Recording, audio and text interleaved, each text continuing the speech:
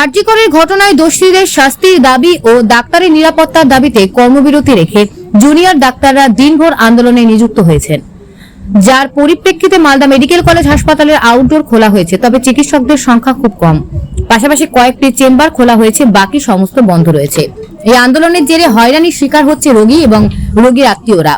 Malda medical college হাসপাতালের স্টুডেন্টদের দাবি, এই আন্দোলন ততদিন চলবে যতদিন না দোষীদের যথার্থ শাস্তি দেওয়া হচ্ছে।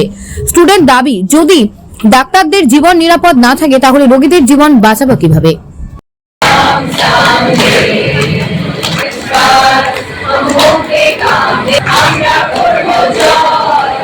আমরা অবশ্যই নিরাপদ নই। দেখুন, যেখানে ওয়ার্কপ্লেস একটা, এটা শুধু ডাক্তারদের প্রতিবাদ হচ্ছে তা নয়, এটা একটা প্যান ইন্ডিয়া প্রোটেস্ট হওয়া উচিত। নির্ভয়ার থেকে ভয়ঙ্কর জিনিস এটা ঘটেছে।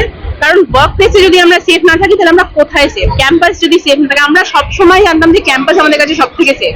তো ক্যাম্পাস যদি আমাদের কাছে সেফ না থাকে, আমাদের ওয়ার্কপ্লেস, আমাদের নিজস্ব সেমিনার রুম যদি আমাদের কাছে সেফ না থাকে, তাহলে আমরা কোথাও সেফ না।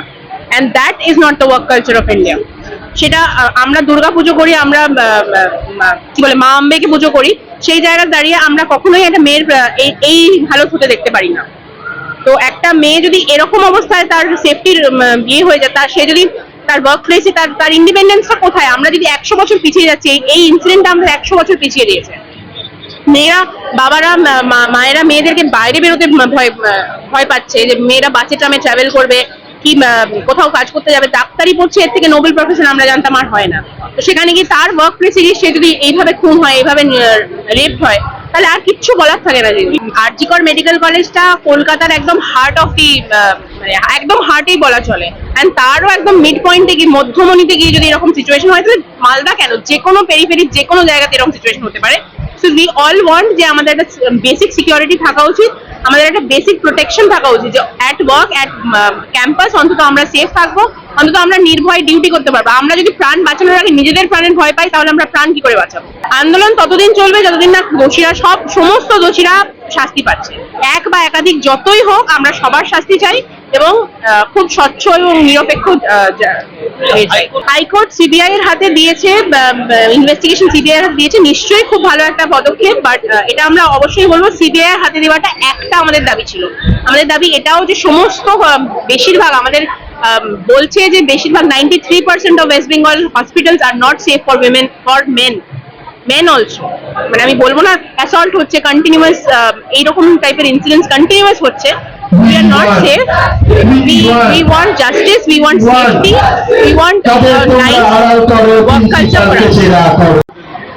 হাইকোর্ট আন্দোলন প্রত্যাহার করতে বলেছে। হাইকোর্টের যে কথাটা বলা হয়েছে হাইকোর্ট থেকে, সেটাকে আমি সম্মান জানাচ্ছি, ঠিক আছে। কিন্তু আমরাও তো আমরা জুনিয়র ডক্টর, এখানে স্টুডেন্টরা, তারপর বাকি আরো যে সিনিয়র ডক্টর সবাই রয়েছেন, তো আমরা তো একটা কারণের জন্য আমরা এখানে বসেছি, আন্দোলনের জন্য, একটা কারণের জন্য আমরা আন্দোলন করছিও। তো আমরা যেগুলো বলছি, যে দিদির সাথে এরকম রেপ করে মার্ডার করা হয়েছে, তো তার জন্য আমরা জাস্টিস চাইছি, আমাদের সিকিউরিটি দেওয়ার জন্য বলা হচ্ছে। তো এই দাবিগুলো যদি মেনে নিলে খুব ভালো হয়, এবং সেই জিনিসগুলো যত তাড়াতাড়ি এই জিনিসগুলো করতে পারবে, জাস্টিস দেওয়া, সিকিউরিটি মোতায়েন করা, তত তাড়াতাড়ি আমরা কর্মবিরতি তুলতে পারবো। তো আমাদের দাবিগুলোকেও যদি সম্মান জানানো হয়, আমাদের খুব ভালো লাগবে, এবং সেই জিনিসগুলো যত তাড়াতাড়ি সম্ভব যদি করে দেয়, খুব ভালো লাগবে আমাদের। সেটা নিয়েই তো প্রশ্ন, যে আমরা নিরাপত্তা কতটা নিরাপদ, তার জন্যই আমরা আমাদের দাবি দাওয়া জানিয়েছি।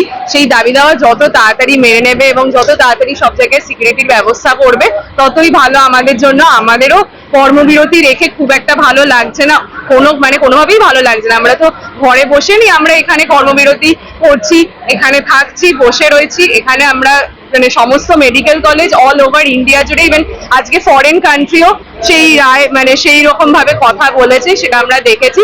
তো সমস্ত এবং সাধারণ মানুষও সেটার জন্য পথে নেমেছে। তো সবাই যখন এগিয়ে এসছে, সেই জিনিসটাকে যদি সম্মান করে সেই দাবি দাওয়া যদি মেনে নেয়, তাহলে আমাদের খুব ভালো লাগবে। আমরা প্রতিবাদ শান্তিপূর্ণভাবেই করতে চাইছি, তাই জন্য আমরা মাঝে মাঝে স্লোগান দিচ্ছি, গান দিয়ে প্রতিবাদ করবার চেষ্টা করছি। প্রতিবাদের ভাষাটা যাতে প্রশাসনের কাছে এবং যারা তদন্ত করছে তাদের কাছে, হাইকোর্টের কাছে, সমস্ত হায়ার অথরিটির কাছে যাতে পৌঁছায়, আমরা সেটারই আবেদন জানাচ্ছি। আমি চাই সত্যটা উদ্ঘাটিত হোক, দোষীরা সত্যি শাস্তি পাক। সে শাস্তি কোর্টের তো জাজমেন্ট কি দেবে, কিন্তু মুশকিল হচ্ছে অন্য জায়গাটায়। 1 বছর আগে স্বপ্নদীপ মারা গেছে, সিবিআই হ্যান ত্যান অনেক কিছু হলো, আমরা জাজমেন্ট পাইনি। নতুন আবার ঘটনা ঘটবে, এটা হারিয়ে যাবে। প্লাস হচ্ছে যে ঘটনা প্রবাহ, তোমরাও যেমন জানছো আমিও জানছি, আরজি করে চেস ডিপার্টমেন্ট ভাঙা হচ্ছে। মূল যে যারা আছেন পেছনের মাথা, ওরা একটা স্লোগান দিচ্ছিল, মূল মাথা প্রিন্সিপাল যার মধ্যে ইনভলভ, প্রিন্সিপালকে পাইপ পোস্টিং দেওয়া হচ্ছে। হ্যাঁ, নিয়ন্ত্রণ কোর্টকে, তুমিও যা মিডিয়া পড়ে জানছো আমিও জানছি। তাহলে মিডিয়া তো সব মিথ্যা বলছে তা নয়। তাহলে যেখানে তোমার অ্যাডমিনিস্ট্রেশন যখন এইটাকে পরিচালিত করে তাদের হাতে যতক্ষণ থাকবে এবং তারা মিসগাইড করে তথ্য প্রমাণ যদি লোক করে থাকে, কারণ এভিডেন্স চাই, কোর্ট এভিডেন্স চাই। আবেগ, এটা হিন্দি সিনেমা না যে ভিলেনকে শক্তি কাপুরকে একটা এবারে মারলো মা কালী পেছন থেকে আর শক্তি কাপুর পড়ে গেল, তোমরাও তালি বাজালে, তা নয়। এভিডেন্স গুলো যদি চলে যায় তাহলে কিছুই হবে না, আমরা ভুলে যাব, আবার নতুন ইস্যু আসবে। কাগজে দেখছি, তুমিও যা দেখছো আমিও তাই দেখছি। একটা মেডিকেল কলেজে একটা মেয়ে 36 ঘন্টা ডিউটি করেছে, তারপর সে অরক্ষিত থাকবে কেন বলো তো? মৌলিক প্রশ্ন। থাকবে কেন? ভাবো না, ওটা তোমার বোন, তোমার মেয়ে, তোমার পরিচিত পাশের বাড়ির মেয়েটি, থাকবে কেন অরক্ষিত থাকবে কেন? যেখানে কুত্তার ডায়ালিসিস হয়, যেখানে পঞ্চায়েতের পঞ্চু, তারও 15টা গাড়ি এদিক ওদিক থাকে পেছনে নিয়ে ঘোরে। সামান্য পঞ্চায়েতের মনোনয়ন করতে এলে আগে পিছে পাইলট কার নিয়ে ঘুরছে, সেখানে মেয়েটা এরকম অরক্ষিত থাকবে কেন? তোমার কি বিশ্বাস হয় যে একটা লোক ওরকম করে মেরে ঝুলিয়ে দিয়েছে, ওই রকম হয়েছে কাপড় চোপড় খোলা অবস্থায়, একটা সুইসাইড বলে তুমি চালাচ্ছ? বলো, তুমি খুব বেসিক কাগজ কি দিয়েছে তা না, এগুলো তো সত্যি। তাহলে বলো তো, এই বেসিক জিনিসগুলো যদি হয় তাহলে তুমি কি বিশ্বাস করো? তোমার কি হজম হচ্ছে? কার্মোজাইন খেয়েও তুমি এটা হজম করতে পারবে না। আমি বললাম যে তোমাদের এই যে আন্দোলন, এটা ফলপ্রসূ হোক, কোনো প্ররোচনায় পা দেবে না, এমন কিছু হঠকারী সিদ্ধান্ত নেবে না। কারণ যে গভর্নমেন্ট যেই থাকুক, রাজা যেই থাকুক, এবং রাজা হলেও তাদের যারা সাঙ্গপাঙ্গ থাকে, তারা আগের রাজার আলখাল্লা পড়তো, এখন তারা আলখাল্লা পাল্টে নেয়। নতুন রাজা রানী আসলে আবার তার আলখাল্লা পড়বে, লেলিয়ে দিতে পারে। আর ডাক্তাররা হচ্ছে খুব সফট টার্গেট।